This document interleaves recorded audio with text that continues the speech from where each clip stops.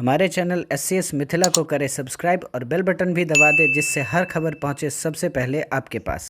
राजधानी पटना के कंकड़बाग थाना क्षेत्र में 3 बच्चों की मां से सामूहिक दुष्कर्म की घटना सामने आई है। महिला ने 2 युवकों किशोर और सुजीत पर दुष्कर्म का आरोप लगाया है। दोनों आरोपित महिला के पूर्व परिचित बताए जा रहे हैं। वहीं थाना प्रभारी आरती जायसवाल ने कंकड़बाग थाने में मामला दर्ज होने की बात कही है। पीड़िता विधवा है और बहादुरपुर इलाके में ससुराल में रहती है। कंकड़बाग थाना अंतर्गत प्रतिवेदित हुआ है और महिला आवेदन के आधार पर बयान लिया गया है और आवश्यक कार्रवाई की जा रही है। दोनों अभी गिरफ्तारी है। ये मामला कंकड़बाग में दर्ज हुआ था। जी। पीड़िता प्राइवेट काम कर अपने घर और 3 बच्चों को संभालती थी। लॉकडाउन के कारण नौकरी को लेकर सुजीत और किशोर से मुलाकात हुई और ये दोनों रिलायंस बीमा कंपनी में काम करते थे।